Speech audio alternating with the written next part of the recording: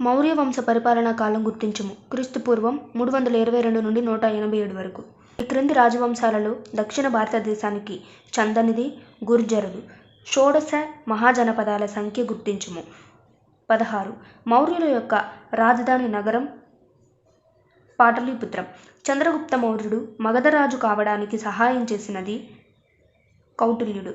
మగధలోని ఈ క్రింది పాలకులను తొలగించి మౌర్య రాజ్యం స్థాపించబడింది. నందులు. కౌటిల్యుని గురించి క్రింది వాక్యాలలో సరికానిది. ఇతను రచించిన గ్రంథం అష్టాధ్యాయి. ఈ క్రింది వాక్యంలో మెగస్తనీసు గురించి అసత్యమైనది. ఇతను అశోకుని ఆస్థానంలో ఉన్నాడు. మౌర్య వంశంలో తొలి పాలకుల సరైన వరుస క్రమం గుర్తించుము. చంద్రగుప్త మౌర్యుడు, బిందుసారుడు, అశోకుడు.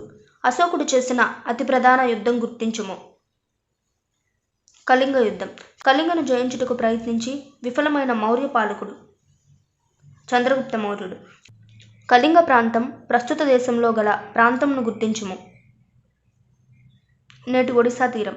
యుద్ధంలో అద్భుత విజయం సాధించినప్పటికీ భవిష్యత్తులో ఏ యుద్ధం చేయకూడదని యుద్ధాలనే త్యజించిన ఏకైక పాలకుడు అశోకుడు. కళింగ యుద్ధం తర్వాత అశోకునిలో వచ్చిన మార్పులను గుర్తించండి. ధర్మ వ్యాప్తియే నిజమైన విజయంగా భావించాడు. అహింసకు ప్రాధాన్యత ఇచ్చాడు. భవిష్యత్తులో యుద్ధాలకు స్వస్తి పలికాడు. బౌద్ధ మతం పట్ల ఆసక్తి. 2250 సంవత్సరాల క్రితం అశోకుని సామ్రాజ్యంలో లేని రాజ్యభాగం గుర్తించుము. మదురై.